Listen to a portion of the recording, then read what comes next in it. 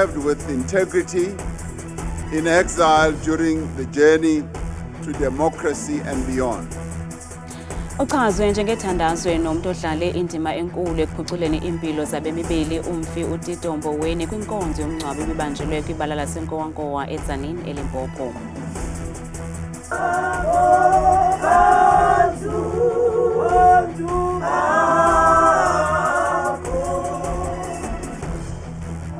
Kuphinde kwabakho esinye isiganeko sokudutyulwa kwabantu eMpuma Koloni nalapho kudutyulwe kwabulawa amalungu osapho amahlanu kuquka abantwana abathathu eBhityi ngaphandle kwaseMthatha phezolo.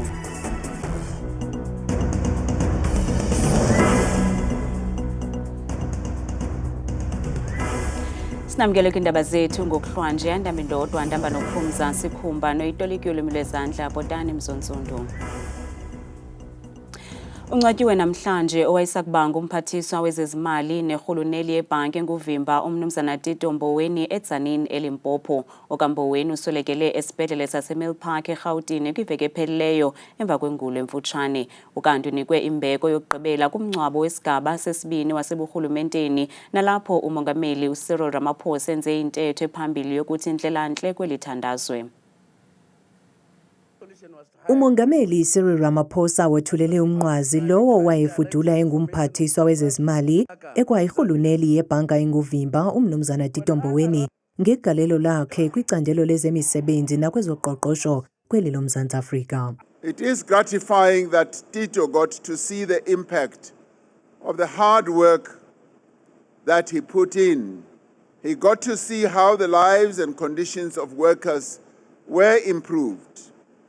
He was able to see how safeguarding the independence and the mandate of the South African Reserve Bank works. Kwakhona umongameli ukhumbule lo kaMboweni njengenkokheli egqibeleleyo ebihloniphekile kwihlabathi ikwangumntu wabantu. Tito served with integrity in exile during the journey to democracy and beyond. He was respected by leading economists, titans of business, labor leaders, and ordinary people in our country. Yet, despite his stature and despite his profile, he never lost the common touch. He had a gift to connect with people. He understood people. And he had a way to make people feel special and make them have a sense that they mattered. Usapho lwakhe luvume ngamxhelomnye ukuba iinkqwithela zobomi ebejongana nazo ngomzimba ungenaxhala noburharha. My father was a man who took life's punches with resilience and humor. He was never one to dwell on the past or be held down by regrets. I think that's one of the greatest lessons he has left us. He believed that life was for living, for laughing, and for forgiving. Not just others, but yourself as well. He taught me that if you're going to make mistakes, make them fully and own up to them with dignity, and even with a bit of a smile. Despite this challenge with illness, he approached life with resilience and unwavering spirit. Hamba ke ndoda yakwaMboweni olwakho uqatso ulufezile uyakuhlala ukhunjulwa ngomzila welifa lakho eliteketeke imfudumalo kwanobuncoko bakho naphakade. Kusenjalo usapho izihlobo namalungu ebandla iRhema Bible Church bathe indlelantle kumfundisi welibandla uRay Macaulay kwinkonzo yakhe yomngcwabo nebibanjelwe eRandburg eGauteng. You do not have to fear the future. Izandi basokholo uHercules umenzi woxolo kunye nomuntu obethe eqolo ukumela inyaniso. Lawo ngamanye wamazwi asetyenziswe kule nkonzo ukuchaza umfundisi owaziwayo uRay Macaulay kwinkonzo yakhe yomngcwabo namhlanje. Umfundisi uKabelo Mabalane umchaze njengomntu obalaseleyo elukholweni. The loss of Pastor Ray is a mammoth one on many fronts. A titan of the faith. However, this loss is also a wake-up call to assess whether we believe what we say we believe. It's in times like these we get asked that age-old question, Who do you say I am? Unobhala jikelele webhunga leenkonzo zoMzantsi Afrika uBishop Malusi Mpumlwana uthi umfundisi uMacaulay udlale indima enkulu ekulweni ubuqhophololo norhwaphilizo kweli. Pastor Ray stood shoulder to shoulder with us in the campaign against corruption in the state capture. He would say, I'm coming to Khotso House and I'm not alone. He'd bring with him leaders of other faiths to make a common statement. uBishop Musa Sono obonakale exhelekile ubalise ngemini apho uMacaulay owayebuthathaka waya kwinkonzo yecawa eyayibanjelwe eOrlando Stadium njengesithethi nathi yimini awabona ngayo ukuzinikela kwakhe enkonzweni. I'll never forget in 2019 as he was walking up the ramp to go and preach. Every step he took, you could see his face grimacing in pain. I watched this man and his commitment to the gospel. And Pastor Ray comes up on stage and he sits on a stool and he preaches for 10 minutes and he makes an altar call and 3,000 people walk to the front. Ukubonisa imbeko yokuzinikela kwalo kaMacaulay, ibhokisi yakhe ithiwe wambu ngeflag yoMzantsi Afrika ngelokuhlonipha igalelo lakhe kwisizwe soMzantsi Afrika.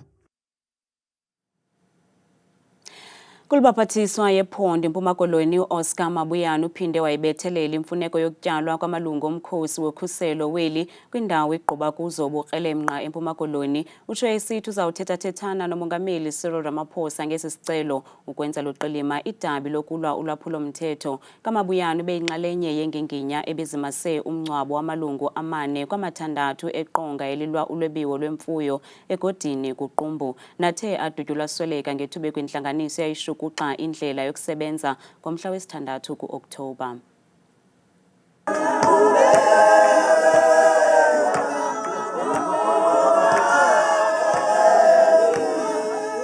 Iintsapho ziqale ngesiko lazo lokuphuthuma imiphefumlo yeentsapho zazo eziwele emfazweni yokuqobisana nobusela bemfuyo obuqatseleyo. Kaloku babe kwintlanganiso eceba indlela yokuhamba-hamba elalini begade amatutu emfuyo ngethuba begagana nokufa. Elinye lamalungu lifunge ngelithi ababuyi mva yaye abagadi imfuyo nje kuphela koko nolwaphulo-mthetho gabalala kule lali yasegodini. Abantu apha elalini ngoku akusagqezwa nemizi, balala kamnandi, akukho nto ibahlukumezayo ngokugada kwethu imfuyo yethu. Emva koko iintsapho zibeke amalungu azo kwiindawo zokuphumla unaphakade phambi kokuzimasa inkonzo ententeni. Sinintsi kakhulu iinkomo ezilahlekile kulo mzi walapha ekhaya. So kubhuti njengoba bekwibandla beligada izinto zalo, siyamcela kurhulumente kakhulu amapolisa enza umsebenzi wabo kubantu abenze lento. uMabuyane uphinde wayibethelela eyokuba ayafuneka amalungu omkhosi weli ukuba atyalwe kwiindawo ezinobuKrelemnqa obuqatseleyo ingakumbi kwizithili OR Tambo neAlfred Nzo. Ixesha lokuziswa kwamajoni akasazuswana kwezaa ndawo besithi makaye kuzo ayogada ezi catalytic projects. Sifuna ngoku abe khona amajoni uba amapolisa asezokwazi uba nawo agade ilali nelali, agade umzi nomzi. Mnye umrhanelwa oselebanjiwe kwesi siganeko saselugongqozo uzawuvela enkundleni kwakhona ngomhla wama-25 kule imiyo. Ngomso usapho lwakwaSotsho-Ngaye lubeka kwikhaya lokugqibela amathambo katata nonyana wakhe. Kwiindaba zethu kuChannel 163 oziphathelwa yiNewsroom Africa, ndinguNtsiki Noyiya egodini kuQumbu eMpuma Koloni. Kusenjalo kuphinde kwaqhambuka esinye isiganeko sokudutyulwa kwabantu abahlanu phezolo eBhityi kufuphi naseMthatha eMpuma Koloni. Kwesi siganeko isibini sidutyulwe silele, emva koko ngqalintloko baya kwelinye igumbi ze abulala abanye abantu abathathu zebonzakalisa abantwana ababini kwesi siganeko. Isiganeko zokudutyulwa kwabantu kweli phondo leMpuma Koloni ingakumbi izixeko OR Tambo ndawoninye neAlfred Nzo ngokutsho kwenkulu-baphathiswa yeli phondo laseMpuma Koloni zithande ukuthabatha olunye unyawo. Kubusuku esibuvukayo kudutyulwe kweli khaya lisekunene kwam abantu abahlanu, umntu nowakwakhe bekobentlombe kanti abantwana bona bekwenye indlu ngethuba bedutyulwa. Kodwa ke nanku unkosi uBhovulengwe Mthirhaka wesematyeni engqina Traditional Council ozasicacisela into okokubana kwenzeke ntoni yaye sixhapha kangakanani iziganeko zokudutyulwa apha kule ngingqi yaseBhinci. Kulo mzi wakwaSwethi kuthiwa ngo8:30 izolo ebusuku kufike abafana ababini badubula umama notata kwenye indlu, baphuma kwenye indlu baya kwenye indlu, bafike badubula abantwana abane or abahlanu, ababini basesibhedlele, abathathu baswelekile. Abantu abaswelekileyo kulo mzi bahlanu. Ubujonga apha kulo mzi ungesemva kwakho ikwangumzi walapha kwaSethi kwadutyulwa abantu bakhona. Ubujonga ngaphansi kwangumzi walapha kwaSwethi kwadutyulwa abantu bakhona, zange kubanjwe umuntu kwezo incident. Apha in the past 2 months kwinyanga ezibini ezigqithileyo kule police station yaseBhinci abantu esebegqithutyulwe ba more than 20. Akukabanjwa umuntu kuzo zonke ezo ziganeko. So into okubulawa kwabantu yinto yemihla ngemihla. Uba ugqitha intsuku ezithathu ungavanga umuntu ubuleweyo uyothuka.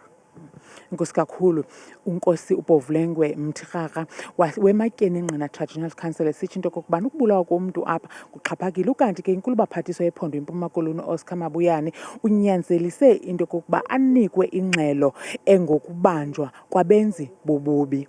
Kwindaba zethu kuChannel 163 oziphathelwa yiNewsroom Africa, ndinguntsiki Noyiya encenjana eBhinci ngaphandle kwaseMthatha eMpuma Koloni.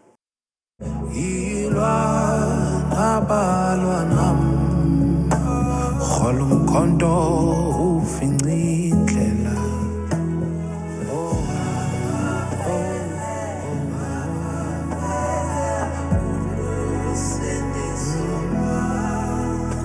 hamba nam Nkosi ndiyaphuma Nkosi ndiyaphuma phuma nam. Namhlanje sihleli noZuko Khuphiso nowaziwa ngelikaZuko SA. Masikwamkele sikubulele mntaka mfundisi. Manibulele. Kwi-album yakho Zuko Umkhonto kuyacaca mhlophe into yobana ngaba awushanga ngasemva iimfundiso zakokwenu ngoba ngalo lonke ixesha uhlala ukhokelisa umthandazo noThixo phambili. Ingaba ngowuphi umyalezo ubufuna abantu bakho bawufumane nanjengoko kwingoma yakho ethi Umkhonto uthi uThixo makalwe nabalwa nawe? So the album album is special kakhulu kum and important kakhulu because ndiveza isikhali engekho expensive ba umuntu asifumane. It's very simple. Ngamadolo qha uyaguqa uthandaze for you to win any battle in life. So the album is very special ke ngalonto nje kwayona. I-album yakho ichongiwe kwi-Summers phansi kwe-Best Afropop Album. Ingabi kwenza lonto uzive unjani nakwi-career yakho ubheka phambili? Negama lami ndilitshintshile nguZuko Summer Award nominee Khuphiso. Yes. So I feel very good. Naqala bami call yami xa ngifonela nje bami call ndithi Summer Award nominee hello. And the change nje. So I'm very excited. I'm looking forward to 2nd November. Hopefully that we're going to win, but I trust God that and support abantu. I know that we are going to win and the tempo take.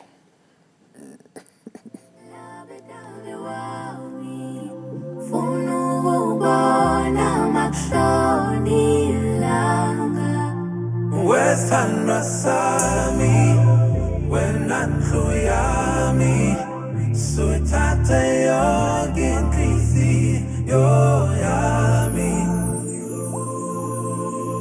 mina ntombi yangale ngiyakuthatha ube ngumyeni wami ubambe isandla sami siye phambili bebuhleni nasebubini enhluphekweni nasenhlungwini ndizohlala ndiyindawo ndiyathembisa.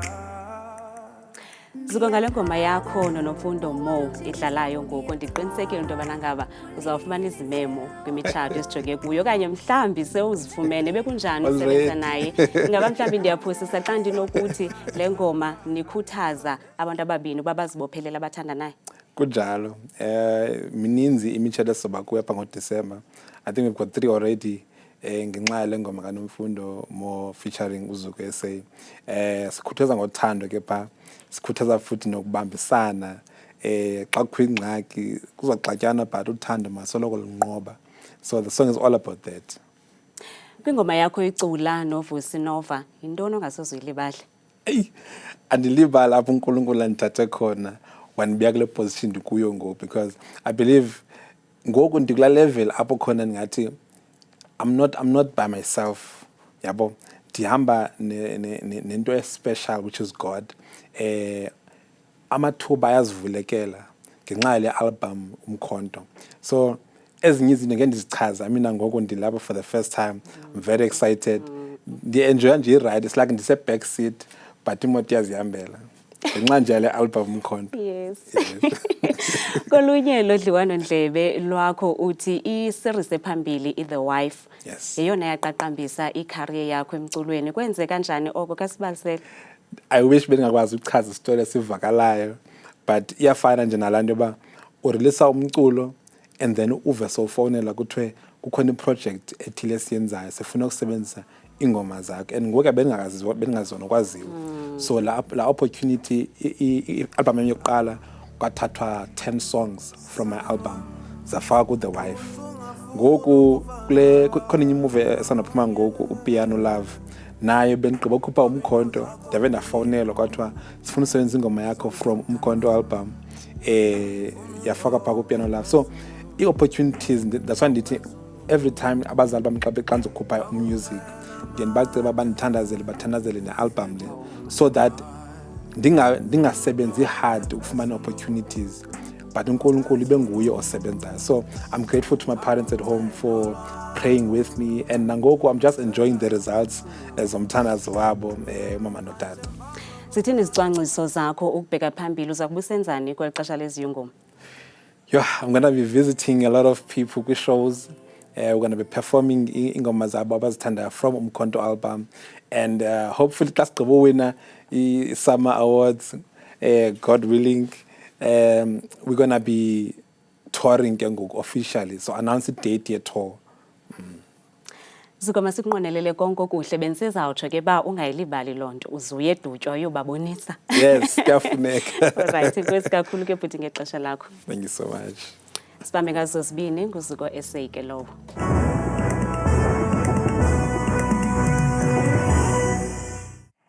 Mandibambe ngazibini kuwe Madikela, ukhatshwa nguNcuthu kudeska yenu yendaba. Ndiyakubulisa nawe mbukeli wam ekhaya, ndikwamkele bethuna apha kwelam kaloku iqonga elikhulu elo ke liqonga leMozulu. Mna ngegama ndinguthabile Makhaphela, inzwakazi yaseBathenjini. Mva nje nantsi iMozulu bethuna siya kaloku sivule ngokuphawula ngamandla apha kuMzantsi Afrika iziganeko zakutshanje eziquka kaloku ezomvula zimandla kakhulu phantse wonke nje umbindi phaya koFix ngoku ekuseni kusabanda futhi ngo7 degrees. Baqhube nosuku lwabo futhi luyanetha ngaye kaloku la 29 degrees. Bukele ekhaya amaqondo wakho lawa phansi naphezulu esiye sivule kaloku ngephondo lethu lokuqala kupha kaloku ephondweni laseMpuma Koloni njengapha ko-Alvani. Imeko phambukeli kuyagxiniswa kakhulu ngabezejelo lwezemozulu phaya eSouth African Weather Service eAlvani naseKromane eSada kubanda mpela yonke nje imini yankomso. Kanti bukele lapha kaloku ephondweni laseFree State apha ke kumbindi eMzantsi Afrika njengapha koBloemfontein futhi kwasekuseni zezomvula zezontutumo nje yonke lamva kwemini futhi noxa beyisonga lamini yabo kwakuhle noko ngo30 degrees. Kanti ke bukele sihlabele mgama njengephaya ephondweni laseNtshona Koloni ngomso zonke nje zanginqe ezigudunqweme njengapha eFred la kwasekuseni futhi liyahlabila ngapha kwasekuseni ngesithoba. Baqhube nosuku bethe chunje kakuhle noko ngo26 degrees. Bukelwa mekhaya nathi kaloku iMozulu kwakhona phaya ephondweni elilandela lipha kaloku lona eNorthern Cape phakumantla futhi umzekelo koQuruman kwasekuseni futhi yavakala inkwankca njengephi qabaqama kamafu ngo9 degrees futhi beyisonga lamini kakuhle noko kuchilile ngama30 nje aze abenanye. Kanti ke phaya ephondweni laseNorthwest ngomso baphila ngolhlobo njengapha kaloku koTosca phaya umzekelo ekseni futhi ngela10 likhatshwa sihlanu kucwenge kamnandi nje yonke iva kwemini pha kuFryburg futhi kuhle ngo34 degrees. Bukele ekhaya masijonge kubanzi kaloku apho sikhoyo thina kuseGauteng bethuna amazantsi futhi Vereeniging phaya umzekelo ngo13 degrees ekseni ikhona inkwankca kuyanetha phaya futhi kuyaduduma nje yonke imva kwemini kwakhona ngomso ekseni. nansi bethuna kaloku imozulu xa sinyuka njalo sijonge phaa kumantla apha ephondweni gqibe phaa apha eMzantsi Afrika koLimpopo futhi Polokwane phaya kuyabanda kwasekuseni nje bevuka phaya bevuswa kaloku nguye la 14 degrees bequba futhi zezo mvula kuyanetha nje ngo-31 degrees kanti ke xa sehla njalo sijonge kukubanzi phaya ephondweni lapha kaloku empumalanga gxibe phaa kosikhukhuza futhi kwimpuma yelaphondo mbombela phaya umzekelo kwakhona nezo ziphaluka ngo-14 degrees efana nwake phofu naphaya esikhukhuza ngo-19 degrees bukele ekhaya xa ndiyivala ndiqwela ndiqongqotha imozulu phaya KwaZulu-Natal njengapha kaloku ko-Vryheid ekuseni futhi zimvula kuyanetha kuyabanda phaya futhi ngo-13 degrees kanti ke phana phaa kophongola futhi kumantla welaphondo ngo-25 degrees mna ndithanda kangaka xesha lemyawuli